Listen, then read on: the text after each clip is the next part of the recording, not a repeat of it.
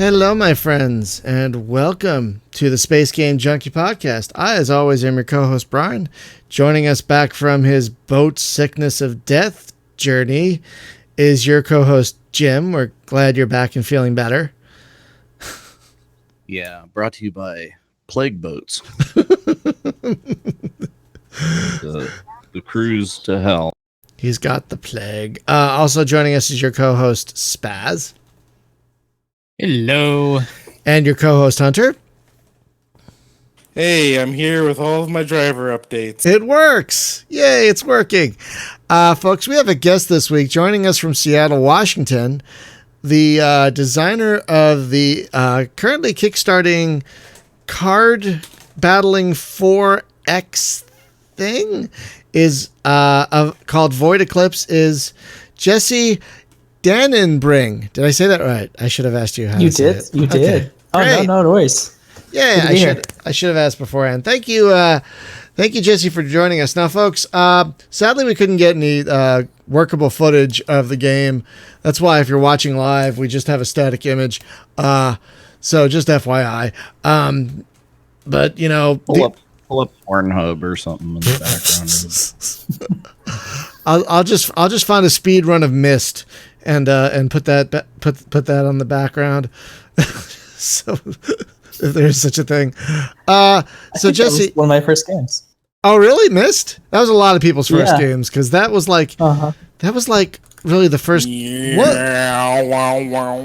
Wasn't like one of the first games that really like got into the mainstream. Like it was on the news and there were ads for it and like all kinds of like people were buying computers with CD-ROMs for it. You know, like. Mm-hmm. It sold an ass ton of games, and I actually got the Kickstarter Collector's Edition box like replica book. That's how much I love Myst. Right. And that thing is pretty awesome, right? Dude, it's great. Like you open it up and it's got this like cool little LCD and it like looks and it plays like the intro video. But the cool thing on top of that is that you can plug it into your computer. It's got video. So you can change it to like the Riven intro, or you can change it to all kinds of different stuff. You can even upload your own videos and have it play like your family like portrait to a cruise. That's you can great. You can put your cruise video on there. Oh, great. Step into my portal. Video of me blowing my nose for 3.5 days. Shooting webs like Spider-Man. I don't think we have any big news to go over before we jump into our topic. I don't think there's been any. I guess Stranding up. EA games coming back to Steam after 8 years. I guess that's kind of a big deal. That is a huge deal. On top of that, Outer Worlds dropped last week, and oh boy, is it good? Yeah, that's good. I'll get it. Yes, it is a lot of fun. It's I think it qualifies almost as a space game. I mean, you get your own ship and fly around different planets. Really? Oh, yeah. So I did not realize that. They didn't really ever advertise the space part of it very much, so I didn't think it was a space game. Well, it's a AAA studio as an indie studio and a AAA studio, if that makes sense. So. Yeah, it's Microsoft and Obsidian, right? Or is it just Obsidian? Yeah, so it's Obsidian who's owned by Microsoft, but like it really kind of got touted not as a AAA game though. Like it almost came out under like an indie banner for all intents and purposes. I saw someone on my Twitter feed say they finished it in 14 hours, like all of it. Yeah, people have been binging it, but the thing is there's more to it than 14 hours. Oh, that's good to hear. Like if you want to go doing it, well, I mean, if you're doing just straight trying to finish the game, like yeah, you can binge through it and like it's a weekend game if you just want to like play through the credits.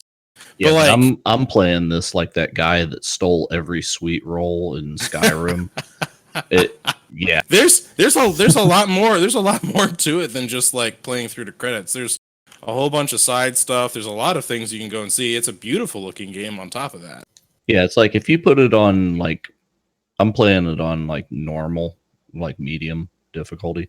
The thing that I really like about the game is that you start out and wow, anything will just whip your ass, right? And then you level up some and you upgrade your equipment, and then it's like, wow, I'm God on this planet, and you're just OP as hell.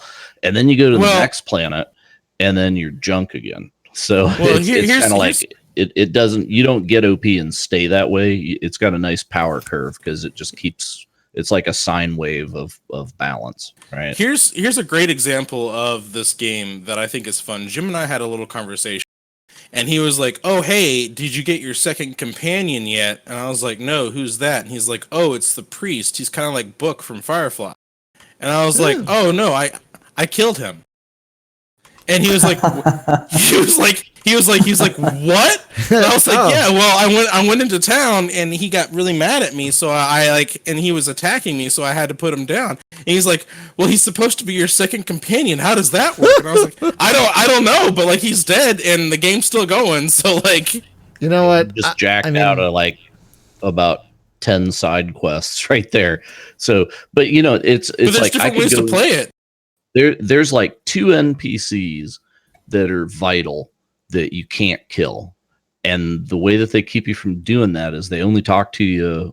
One guy's behind a big bulletproof glass window because he's in a lab, so you can't off him. Although I will eventually get in there and kill him. But then the other one is like the president, right? And they just talk to you on TV. So you can't shoot her either. But everybody else, you can walk in the room and they'll be like, "Hey, stranger," and you're like, "Bam!" Wow.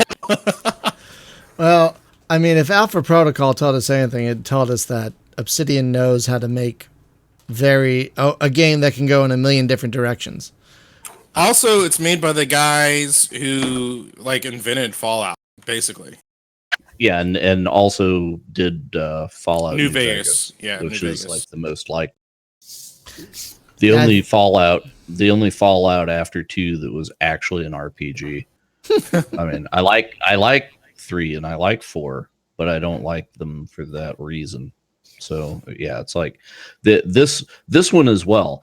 It's like the dialogue choices matter. If you're a dick to somebody, the word gets around. Yeah. Hey, just like Alpha Protocol. So Hunter, Granny with the cookies. I haven't gotten there yet. Never mind. Yep. We're gonna leave it at that. All right. Thank you. So she's dead too. I guess. Oh, are you also playing it, Jesse? Are you also playing the game? Oh, I really want to. My brother's playing it, but I've just been too busy. But yeah, you've been too busy. You've been too busy with the. We're gonna pivot back to the Kickstarter. You've been too busy with the Kickstarter that you launched. Well, yesterday? Was it yesterday you launched it as we're recording this? Yep. Monday. I got to say, it's always nice to see these Kickstarter campaigns with a modest goal. Like a lot of Kickstarters, they, 80,000, 100,000, $1 million. Yours is 15,000 and it's like, it's interesting when you see a goal that relatively small move so quickly because people are like, that's all he needs. All right. Because you're about you're what 2/3 of the way there at the moment. Yeah, I think it's about 65, 66. I've been forcing myself not to look at not to refresh the page every 5 minutes to actually go do other things. Well, I have to say your campaign page is pretty great. It's got a lot of detail about the game, animated GIFs. You have a soundtrack clip. I really like the section about the risks and the rewards and all that stuff. I have to say it's a very well fleshed out, because you see some of these campaigns and they're like, we're going to make a game. Thanks. It's like, I need to learn more about that and you before I give you my money. Oh, and you also got sorry, go ahead. Oh no, I was just going to say, like, I just kind of looked at like what every other campaign that's been successful has done. And it's definitely like they lay it all out for you. Although I did have to pare back a little bit because I tend to get a little too detailed, but yeah. And you also got listed as Projects We Love by Kickstarter. Congratulations on that. Thank you. Yeah, it's always so mysterious. They keep it they keep it very mysterious about how that works. But I must have checked the right boxes. They probably they probably do that so people won't try to game it. So let's talk about the game. It is what would be your elevator pitch of this game? Because it's got a lot going on. It's got a few, like, it's got several different, like, layers to it. So what would be your elevator pitch of this game be? So the elevator pitch, I start out by saying it's a card battler, just so that you don't see all the other fun space stuff and then see the cards and get disappointed. Just so people know what they're getting into when it comes to the core conflict, the time that you're going to spend like battling between the different races. And then outside of that, I like to think of it kind of like, going back to like board games like Risk. You know how you like kind of gather your armies and you build up, and as you take over South America, North America, you're kind of gaining steam and creating more units. It's kind of like that. Except instead of just making more units, you're upgrading them, giving them new abilities. So, yeah. And the units are the cards. Right? Is that what? Right. Is that, okay. So, yeah. If I remember correctly, you're basically an android that's woken up from a long slumber. And not only do you not remember anything about you, but now there's like, you got this empire that needs your help to survive. So there's kind of would you call it like an FTL like, or would you call it more of a 4X thing with the galaxy map? Like, I wasn't fully clear on how that works. So I think it's probably more 4X like.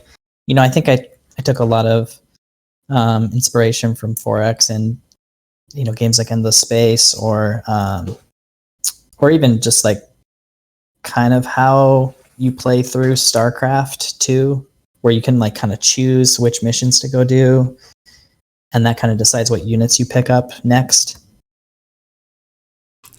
Oh, I see. And I guess it does have I guess it does have the elements of a 4X because there's exploration through the missions.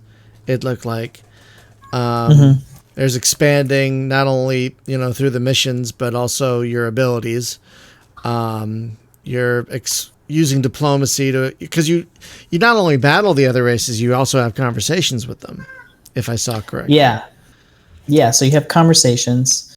I know it's a bummer I didn't that video's still uploading, but basically you have conversations and you get like a few different choices, and sometimes those choices will kind of earn you a reputation, and that reputation is one, I don't remember exactly what I called them. They're on the Kickstarter, but basically I save what your responses are, and you start to kind of gain a reputation in that sector, in that empire, and then the people will react differently to you as the campaign goes on.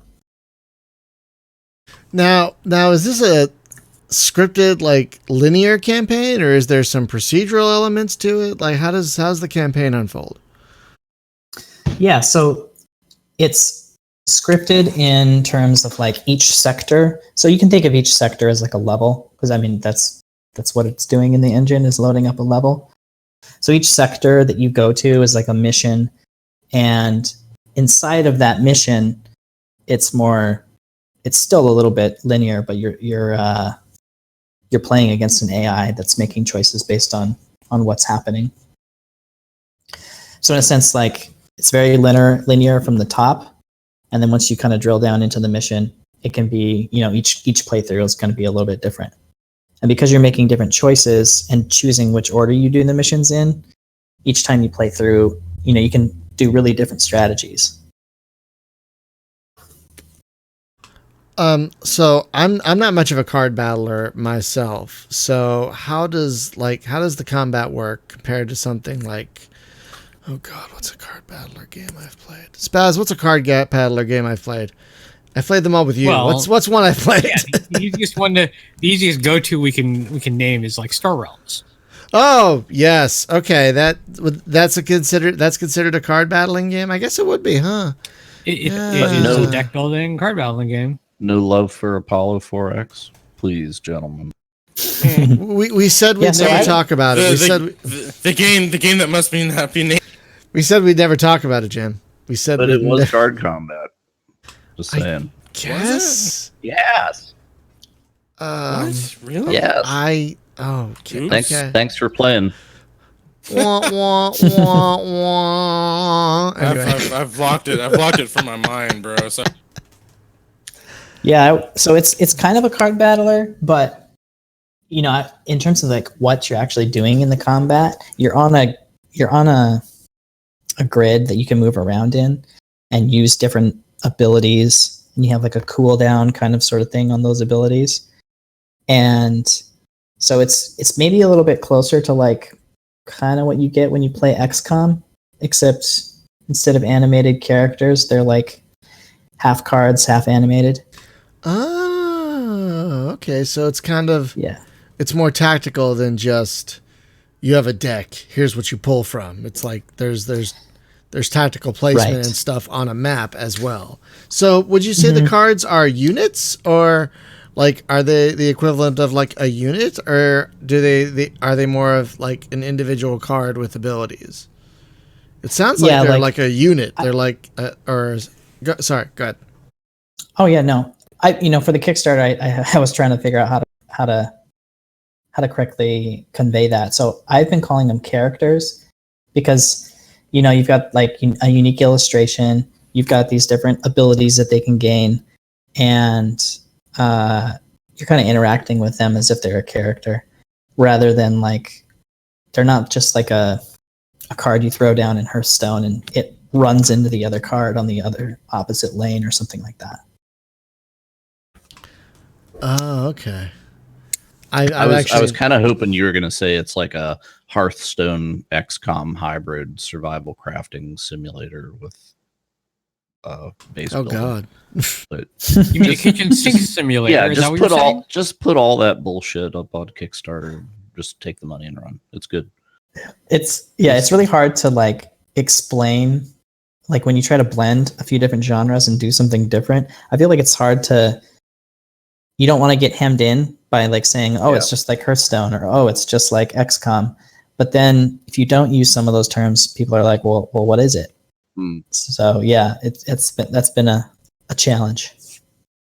But So yeah, it's basically strategy. You're doing tactics. You're choosing like, hey, do I want to move my unit out of range of this other unit, or do I want to attack? Do I want to like focus fire, or do I want to spam them with abilities? So you're making a lot of choices in the battle, and if you don't know what you're doing, you can definitely die. We'll put it that way. Huh, well, that's good. So, are you always going toward the same goal in the campaign? And if so, what is that goal? Is it to get all your memory back? Is it to save the Empire? Like, are there multiple goals? Like, how does that all play out? Yeah. So the overall goal is you're upgrading you as a character. You're the android. So you kind of start out, you're a little bit, you don't really know how long you've been shut down. You don't know much about you. And then you pick up these different memories throughout the campaign. Like depending on what mission you're doing, you might gain a couple memories here or there. And then you'll slot those into this like personality matrix, which is essentially like your set of abilities for your profile that can kind of just change how you do a run through. So if you're someone who likes to just like get a big ball army and just like mow everything over, you might pick one style of play and you might have one certain style of upgrades for your profile. Or if you might have like a personality matrix or something that's like, I don't know, you do better on ocean worlds or something like that. So you might, as you're playing through, you might really be like anticipating going onto these ocean worlds. So just to try to make it a little bit different each time you play through.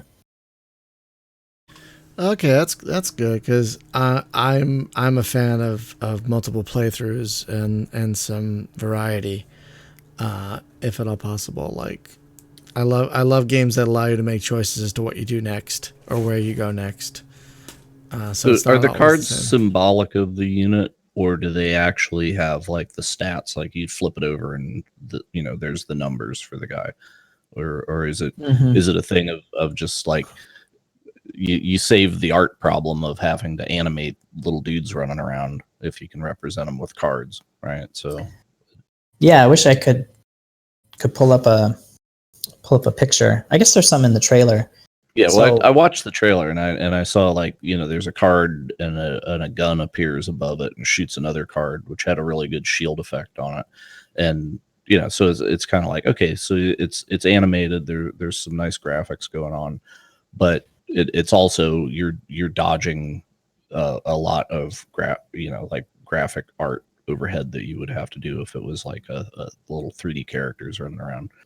yeah, exactly. Like, and that is part of it. So like, we have my brother's the concept artist, and so he's able to make these illustrations for the characters. But having to create an animation rig and create animations for each unit would be pretty intense. And so because I can kind of evoke the same sort of feeling by having the gun appear above you, or having whatever weapon it is, or the melee unit has these knives or sword.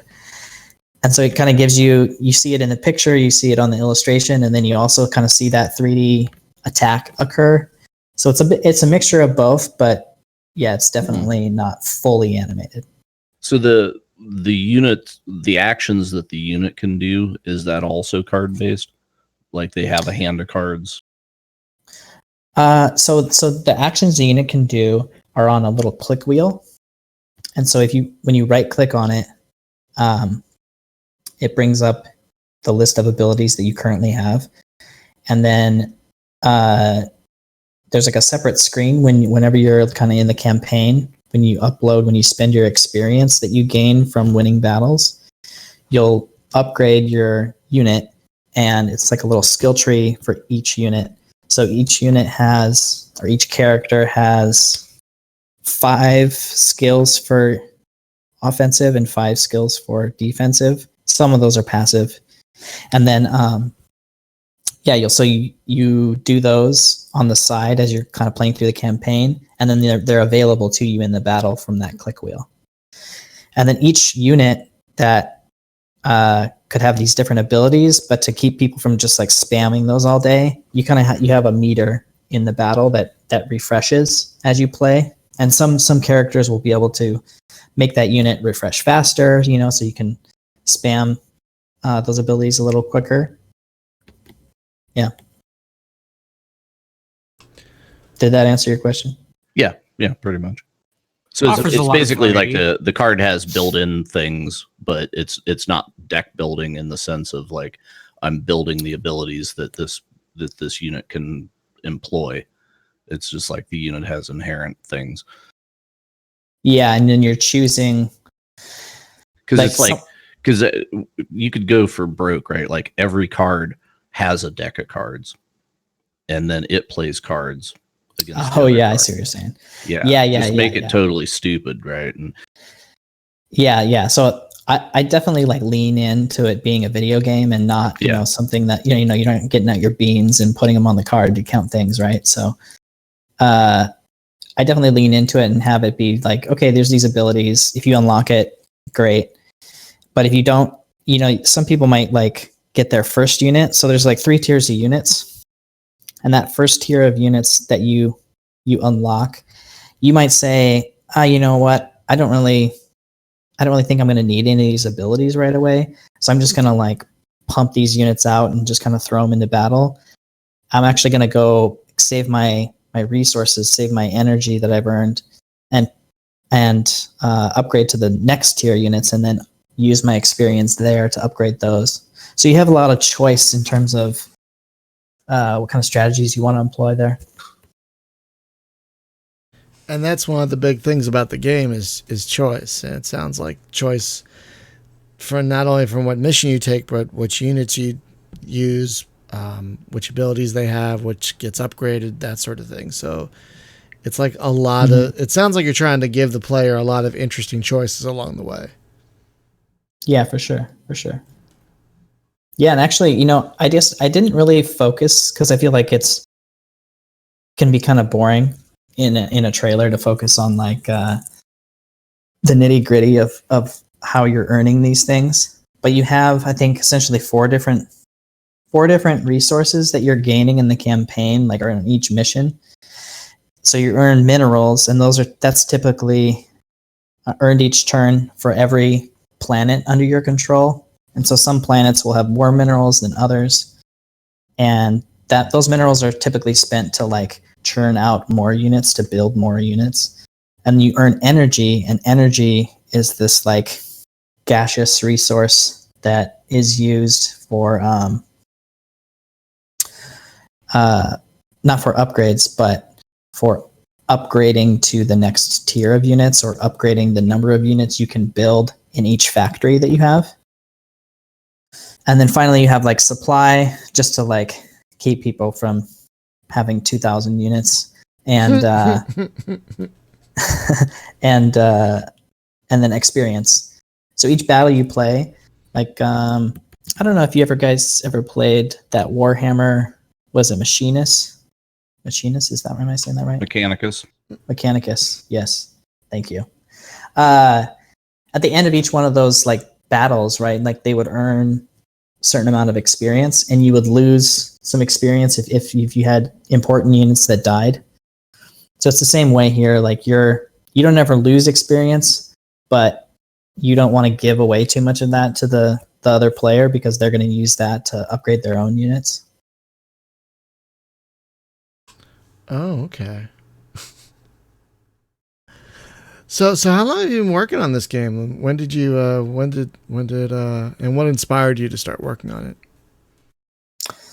About 3 years full time, and definitely I was just inspired. Like I've always been into strategy games and sci-fi space video games, and my brother he started as a concept artist over in Bellevue at Camouflage, and so I was just kind of seeing some of the stuff that he was creating, and I was like, hey, why don't we see if we can make something? And then as we started to kind of like make something on the side while I was still working, it kind of got to a point where I was like, you know what, I think I want to jump into this full time and dive into it and really make something I can share with everybody. Yeah, so we're gonna need you guys to keep the update schedule of the Trace brothers. If you can. The Tracy brothers are prolific with their updates. It's crazy just how much they keep putting out updates for the Star Trader games and everything else in that universe. I think the game was done 100 patches ago, but they continue. That's impressive. Yeah, they're machines. They're absolute machines. We don't know how they do it. It's another one of those like brother teams, though. It's just two dudes. We don't know how they do it. We don't know how they do it, but we are impressed as hell that they keep doing it.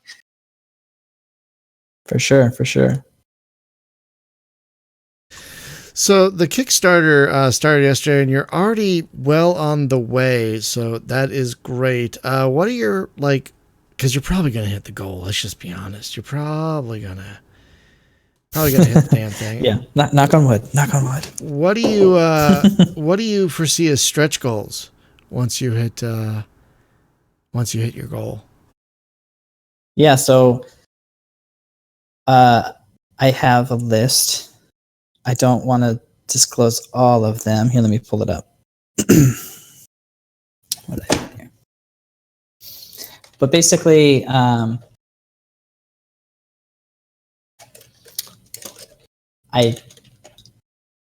would. A lot of people have already started asking me.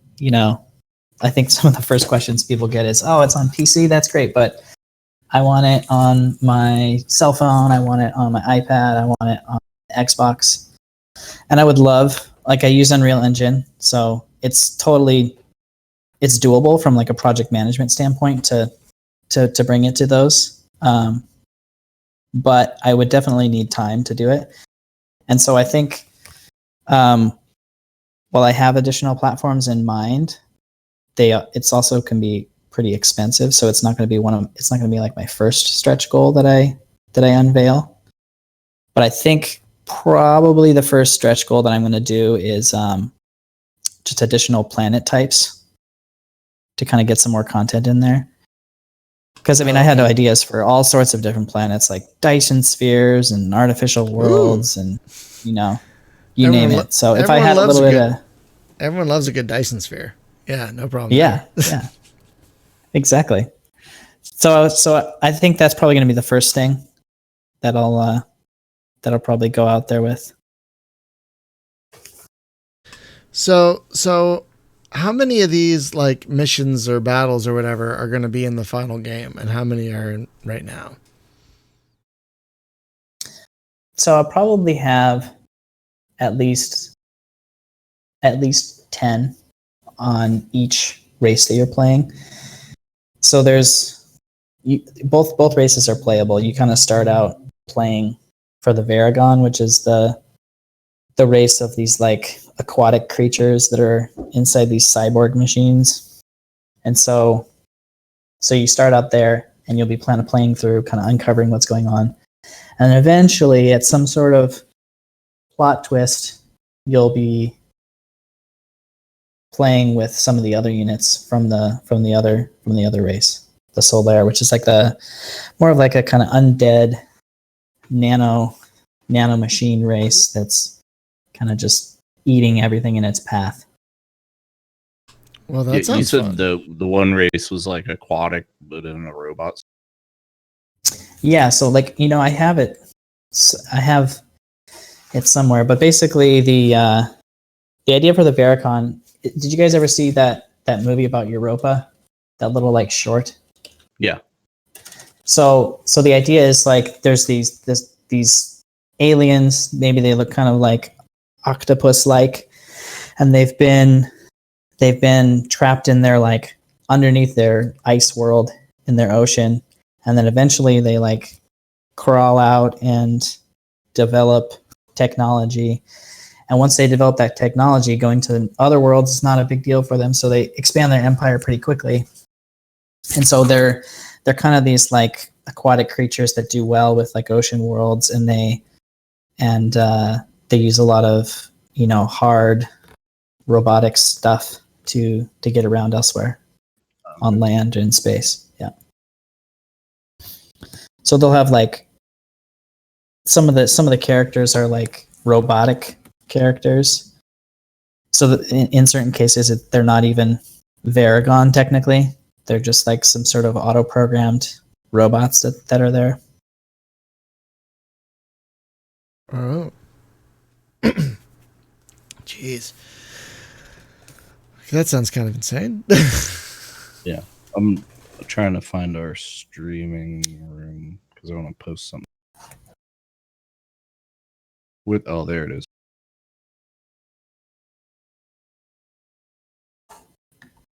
So is that pretty representative of Varagon?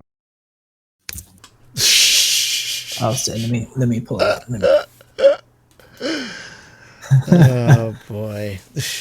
Where is it? The stream. Oh, you've got so many channels in here. Yeah, we have a lot. Stream chat. Yeah, exactly. That's the core. Replace the fish with an octopus. Yeah. Yeah, for our people at home who are on the audio version, it's a robot with a goldfish in there. Is it pissed because people have been treating goldfish poorly for years? Yeah, well, it gets mad, but it doesn't hold a grudge long.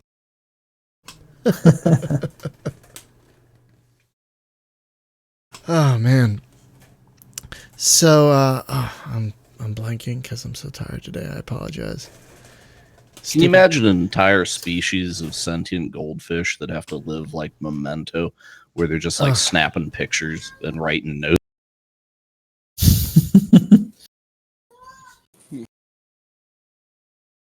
Right. It's been a while. I haven't seen that movie in a while. I've never seen it. I've never. Oh, It's so good. It's so good. I I've said this before, but when it came out, I was dating a woman who hated movies, so I missed so many movies because of that.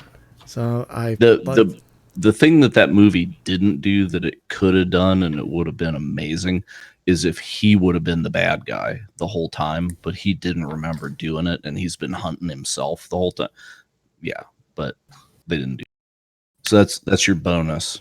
That's been the plot of so many games, though. Oh, you mean like you end up being the bad guy at the end of because of you start out with amnesia and then you are effectively hunting yourself. What? What's a game that's done that? What's a game that's I don't remember. What's a game that's done that? It's like that movie, the Philip K. Dick book, where Arnold Schwarzenegger goes to Mars. What's in Total Recall? Come on. Oh God! Right. Get your ass to Mars. No, game I was thinking of is Stalker. First Stalker, you're effectively hunting yourself. What? Really? Oh yeah, that's true. Yeah, you're Strelok. What? Oh, I never played that. And that's not really a spoiler. I mean, the game's been out for so long. If you don't already know, it's I guess that's one I can check off my backlog. Thanks. Thanks a lot. Oh jeez, I didn't know that. I played maybe 1,000 hours of Stalker, and I've never. Yeah, but if you're not going to play all the way through the game, you aren't really missing out on anything by knowing that. I did. Okay. Yeah, wow. it's like Skyrim, right? Like I got 1,000 hours, and I've never seen past halfway in the story. Squirrels. Yeah, I haven't seen a single dragon since the intro. I think I did like 2 or 3 main story missions because I love Max von Sydow, but that's really like it's just such a distractible game. It's such a distractible game. So, how many back to Void Eclipse? How many playthroughs do you imagine a typical player will go through? Because it sounds like there are at least a few in there that the player could go through. Yeah. I mean, that's the plan, is that you would at least play through, I would say, at least 3 times. You could play more for sure and have different experience, but at a minimum, because with the different reputations that you gain, you have probably at least a good 3 before you're going to kind of see most of the dialogue and see most of the kind of plot threads and stuff. Okay, that's pretty cool. I mean, it's always good to. I like games where like you can go back and do different things and see different things. Like I mentioned Alpha Protocol earlier as a great example of this because Obsidian is amazing. But like my first playthrough of that, I was like total by the book, like Jason Bourne, like focused, like professional. I'm currently going through my second playthrough where the guy is a total psychopath and everyone hates him, and it changes everything. It changes like just about everything. It's amazing. So I always enjoy games that allow you that kind of freedom. For sure. And it sounds like you will have some of that, even though it's kind of linear. You're still going to entice people to replay it because of the different choices they can make. Yeah, for sure. And I mean, I've got to keep the scope down so that I can release the thing too. So I won't. It's not going to turn into a giant MMO open world, always updating, anything like that. So, yeah. Do you see this as like the start of a franchise? Because like you have some very colorful races here, some very imaginative races here that could show up in other games, like what the Endless folks are doing, what Amplitude is doing with the Endless games. Do you see, like, if this does well, could you see this branching out into some other types of franchise type thing with these same aliens in the same universe? For sure, yeah. Actually, when we started out, there were actually 3 races. because 3 is a nice number. And eventually I decided, like, okay, I'm gonna just stick to 2 and really polish the game and make the gameplay better. Just because I think like trying to add a third race and try to balance all that would be tough. But if the game does well, I've definitely already got like ideas for what a third race would be and how they would be related to the other 2. For sure. Oh, that's awesome. Would that be DLC, or would that be like, how do you envision that happening? I would envision it as DLC. Yeah. Obviously, it's like, we're a small team, like 2.5 people. I say a half because our composer is all the way over in Germany, but I would definitely, it would take I'd have to release the game, probably bring it to another platform before I do DLC. Yeah, that makes sense. That makes sense. It looks like it could be a pretty decent mobile game, to be honest with you. Mm-hmm. Looking at the way it plays, it looks like it would work well on touchscreens, pretty much. Yeah, I had that in mind actually when I was doing it. Was like, oh, okay, I want to make something that I could also do on my iPad, and so I definitely had it as like a touch interface for a while, but I've been sticking to PC just because, like, making it in Unreal Engine and getting it on Steam and having the exposure, I feel like it's a pretty, it's a bit of a niche game because it's, space and it's this hard sci-fi and stuff. So I think that the PC crowd is pretty receptive to that, but it might do well on mobile too.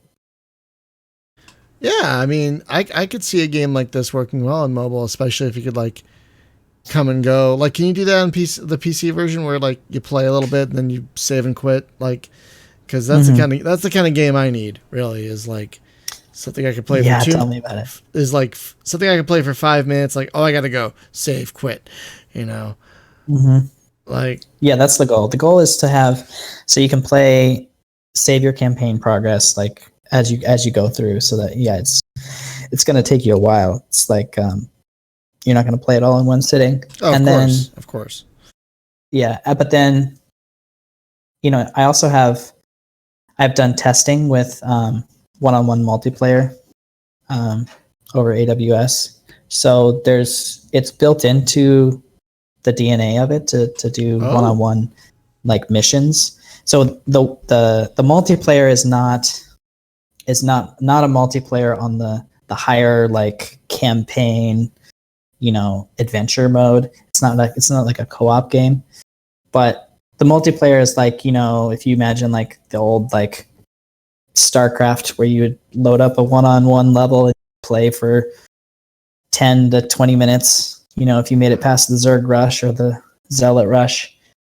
So there's some multiplayer built in. Come on. Yeah, those darn Terrans. They're always tanking and just like cheesing by dropping off their tanks or their medics. Yeah.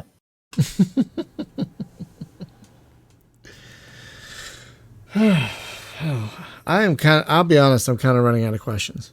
My apologies. I'm very tired today. I was up half the night the other night because of a sick cat, and I really haven't recovered, so I'm very low energy today, so I apologize if I don't sound as enthusiastic as I usually do, because I'm just like, oh God, I'm so sleepy.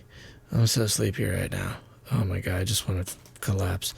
So I apologize. I am running out of questions. Well, on nights like this, we should have the guest come in and ask you questions.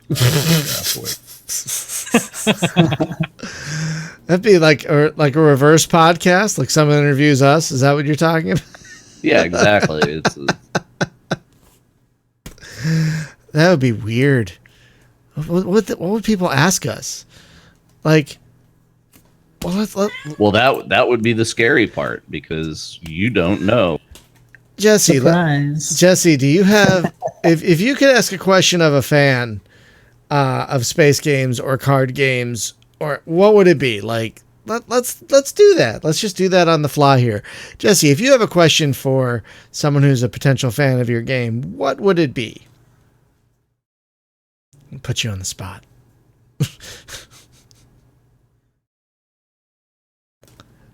Uh-oh. Did we lose him? He quit. Oh no. Did he drop? No, I don't think so. Oh God, no. Oh. I was just joking. Voice But- is just going. Way to go, Brian. Yeah, I ruined everything again. Just Brian the Ruiner would have been my name back in the dark ages. But yeah, Jesse, if you had Am I back? Yeah. Oh Yeah. my goodness. Speaking of cat, my cat has been Oh no, throwing up the last like 4 days. Oh no, She's that's the bugging me. She worst. I didn't realize What? the what USB right when you were talking. Wait, what happened? No, she's fine. She wants to be fed. She's like Aw. circling me, and she knocked the mic out of its USB. So I thought you could hear me, and then I was like, oh. Technology, and it We begun to could not attack. hear you at all. We thought I thought I insulted you by turning this on you. Oh no. So I do have an answer. I was Or a just talking question. to- You have to no a one. question. You have a question. Oh yeah, a question. That's right. So my question is, what's the attention span of like, of the fan, and Oh. you know, like, because like I feel like that's wow. hard. Wait, Like what was the setting up question? What's the Squirrel. attention span of an unladen swallow? Squirrel. yeah, like that- what, like are you someone who can play Hmm. like for an hour of like Stellaris and just like really dig into like the minutia of like each like 1,000 buttons that you're gonna click, or are you someone who's like, I need to see explosions in like the first 5 seconds, or I'm exiting? I'm B. I used to be A. Like I'm fine. The more I stream, if I may take the first answer, the more I stream and the more I record and the more I play for an audience, I find that when I play for myself, I need something fast. I need something now. I need like right now my game of choice has been Destiny 2 after it went free to play, because it's just like, here's a bunch of guns great and game. go and just go and kill stuff. It's like, wow, okay. That's exactly what I need right now. Is just get in there and go. Like, And it looks so good, right? Oh God, it like looks so all those good. abilities and stuff. It's like Oh. their animations are really on point. Oh my God. Yeah, it's a super fun game. But like 20 years ago, I would have been the person digging deep into Stellaris. 20 years ago, I would have been the person spending, like I was, like 20 years ago, Here's a Might and Magic 3 came out. And I can't tell you how many hours I lost to that one game in 1999. Sure, there was like, at least until Free Space 2 came out, I think Here's a Might and Magic 3 was the game that probably dominated my 1999. And at least that's what I remember. But now, like, I'll like look at a game like that or Stellaris. It's like, nah, I'm gonna go shoot stuff in Destiny. I don't have the attention span I once did. I don't have the same responsibilities I once did and whatnot. But I now need, like, there's so many games coming out too, right? Not, Like, not only you that, have but so many choices. not only that, but like I talked about this on the blog, I need games that respect my time as well. Like, that's one of the reasons I ask you if you can save and quit. Like, there's a game I am dying to play called Cold Waters. It is apparently a modern version of Microprost's Red Storm Rising that is amazing, but apparently the missions themselves can take up to an hour or longer. Like when you're there's actually huge time compression that you can do. but you can't save. The major thing in that game is like, that is submarine DCS, right? Yeah. Like, not all the switches and stuff, but the actual submarine warfare is complicated. Right, Even though it and- looks simple, it's like, oh, I got a guy, I click him and I shoot a torpedo. Right. And you're gonna die because I don't have so the real investment is learning how to actually right, but also the missions take a while and you can't save. And so it's like, why would I do this to myself? Like, I've been playing a lot of Strike Fighters 2 lately, because that game puts you in the air right near your target. You do your thing, and then as soon as you said mission done, you can hit escape and you're out, and you finished. The only place to buy that directly from Thirdwire. Yeah, it's $100 and worth it. Oh my god, so worth it. Seriously, if you want to download a massive full collection, it's the whole thing. It's the whole kit and caboodle. Because I own the desert version of it. There's like an Egyptian Air Force. Is Israel? Yeah, it's like the Israel or the base. I think the base one was a middle. I think the base one was a Middle East. Was a Middle East one, and then there was also Israel. But yeah, for $100 you get the whole kit and caboodle, North Atlantic. But there's also some amazing mods. Like I've been playing this Desert Storm mod where you can fly tornadoes, and it's just wonderful. So, but it respects my time because I don't have time to fly. Spend it even with time compression. Like I'm just sitting here, I'm just flying. Well, and speaking of minding time, right? Like if you have any inclination that you might test into the global or into the mobile market, that's a big thing on mobile because it's like, oh, I got 5 minutes to kill, and then I'm gonna shut my phone. That should be a thing on PC as well. I agree. Yeah, I think it should be a thing on PC it's like as well. a strong ability to save state and resume. Yeah, and also like battles that. It's like don't draw it out longer than it needs to be, kind of thing. You just want to get resolution because it's like, okay, I can sit down and I can do one thing, and then I gotta go. So, I feel like there's a whole bunch of like roguelites like that. Yes. Like yes. And I actually I didn't used to be into those, but now it's kind of like, well, it only takes 15 minutes, and if at any point I feel like, yeah, I'm kind of done with this, I just kind of get a little more like less conservative until you end up dying, and then you don't care because it's like it's auto saving, and you probably earned a few points for your next run or whatever. Yeah, so it's addicting, but or I get the opposite. Like I sit down and it's like I'm gonna play a quick game of Cogmind, and then it's like, shit, I'm actually doing good. I'm gonna be here because I'm not quitting. Mm-hmm. Or even if it doesn't have meta progression, like a game like Spelunky, which is just amazing. Like you can run around and the meta progression is you getting better at the game. It is the meta progression. So like you can play that for 20 minutes and be like, okay, I died, but I got a little further this time. Yay! I'm gonna go have dinner now. I think a key point to add on to what Brian's been saying is he doesn't have the patience that he used to have. So certain games that he would have liked back then don't have the same appeal as they do now, like XCOM, because it's moving dudes on a map. And he doesn't have the patience for that anymore. And I know that, based on the recent streams in which he's had to move dudes on a map and had not been having fun. Oh, like today. Mm-hmm. like today, basically. I enjoy games like that. I still do.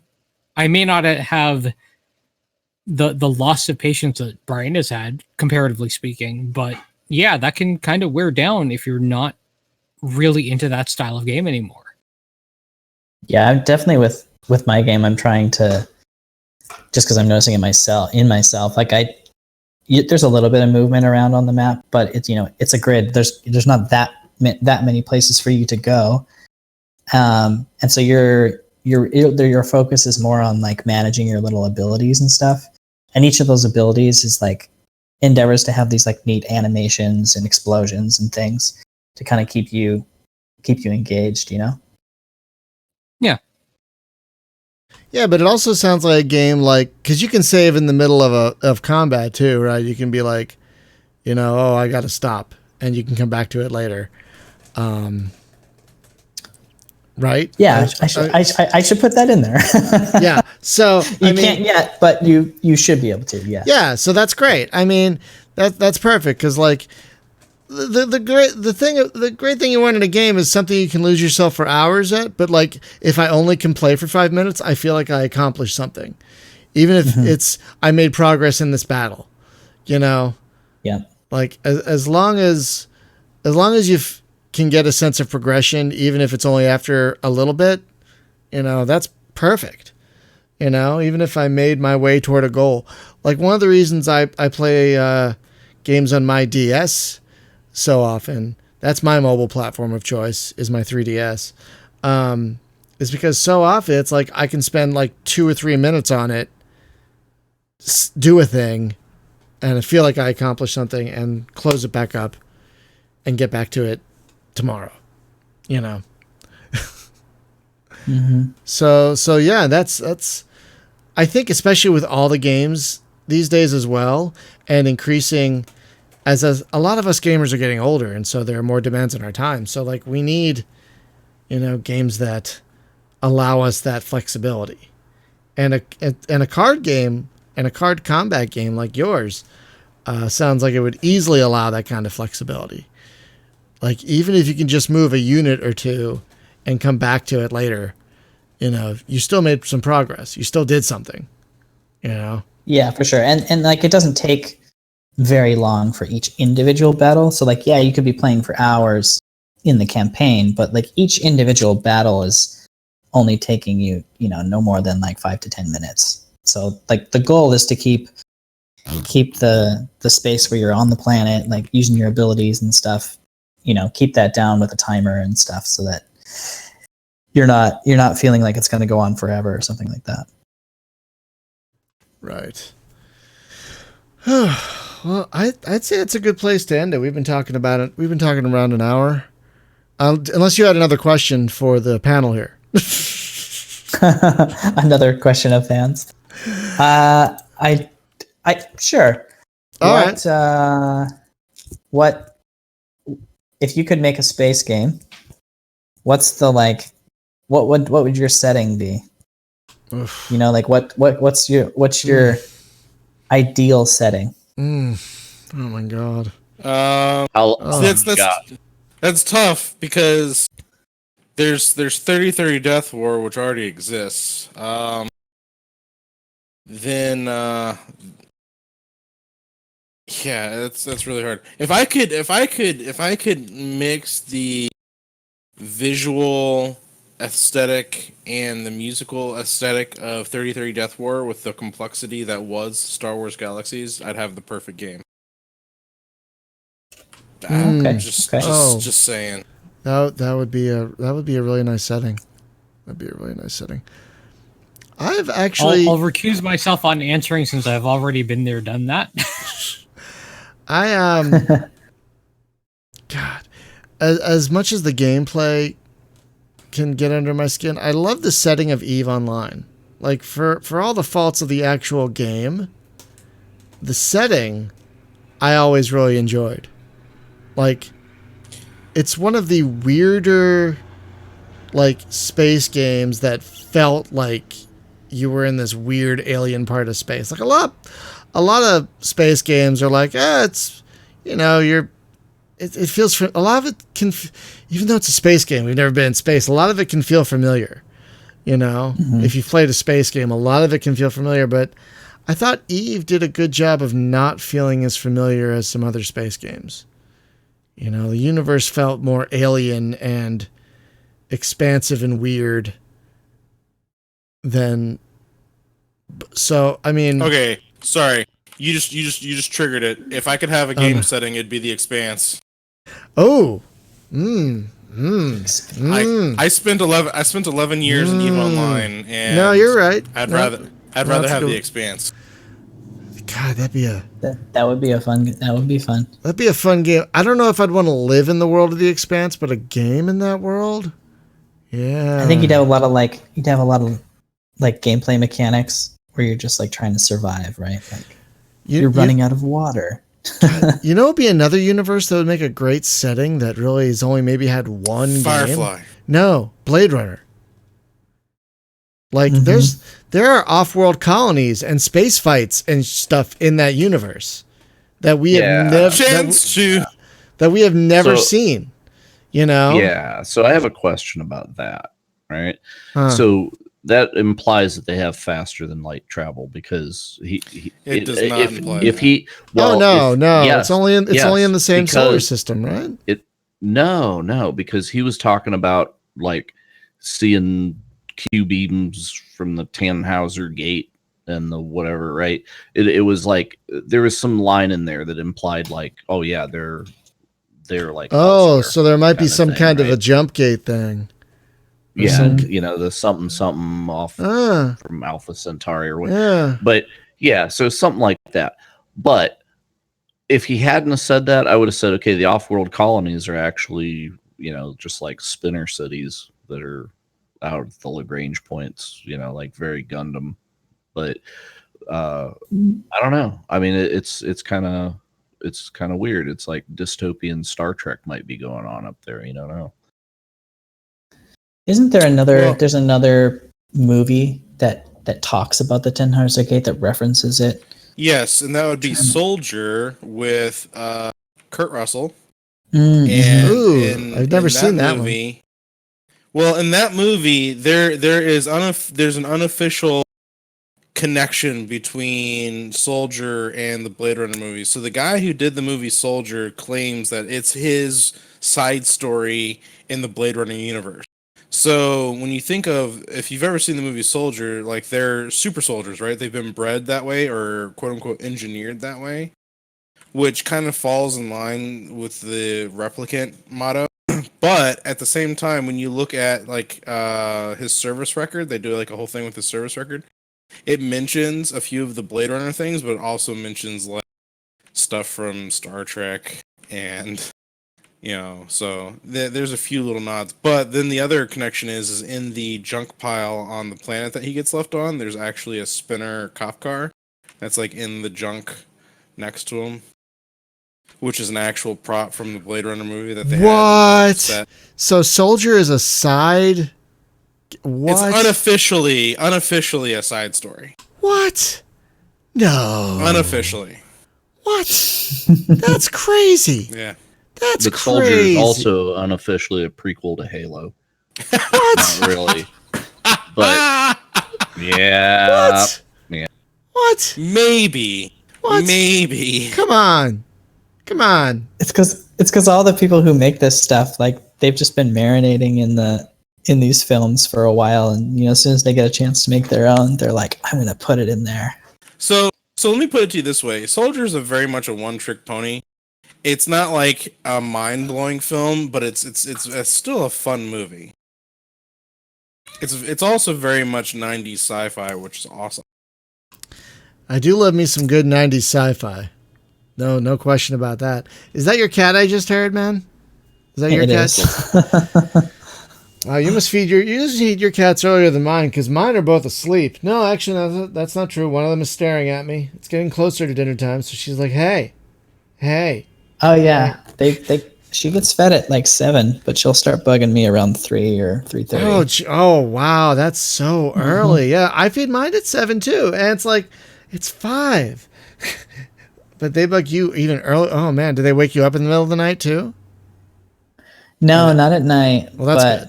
That's good. during the day, I mean, luckily I have my noise canceling headphones on, so I just ignore it. But yeah. Oh man, welcome to Cat Chat, a new segment here at the Space Game Junkie podcast where we talk about cats. Catcast. Welcome to the Those Catcast. headphones. It's like Between hashtag two cats. cancel cat. I actually literally am between two cats right now. So yeah, folks, just to wrap up, the game is Void Eclipse. It is on it's on Kickstarter right now. And it's got what, 20 some days to go? Hang on. Where is it? I've got so many windows. 20, 28, 29. Today's the second day, so. Oh, geez. Yeah, so that's about a month to go as we record this. So it'll be, you have until the end of November 2019. We're dating ourselves, but you have until the end of November 2019 to back the game. It looks like it's going to be a lot of fun. It looks like it's going to have all kinds of weird aliens and combat, and it looks like it's going to be able to run on, because it's got like, it's kind of card art, so like you won't need a rocket, you won't need a rocket of a computer to run it. You'll run on just about anything. And also it's on Unity, so again, it'll run just about anything. So it's on Unreal. Unreal, sorry, God. Oh, no worries. Sorry, I probably meant to say Unreal, and because they both begin with U. God, I've actually done that before. I've actually mixed the two up before. That's not the first time. So, folks, just a couple quick programming notes before we wrap up. Tomorrow on the stream, we are doing Caves of Cud. Hopefully, I'll be more awake for that than I am for this. And then, God, I feel like such an ass right now. I so apologize. And then Thursday, by request, it's going to be my last stream because I'm going to have a heart attack. Alien Isolation playing. Thankfully, it's going to be in day. Thankfully, it's going to be My body is ready. Thankfully, it's going to be in daylight. It's going to be in daylight. And you must promise me that What? you will play the Crew Expendable DLC that I bought for you.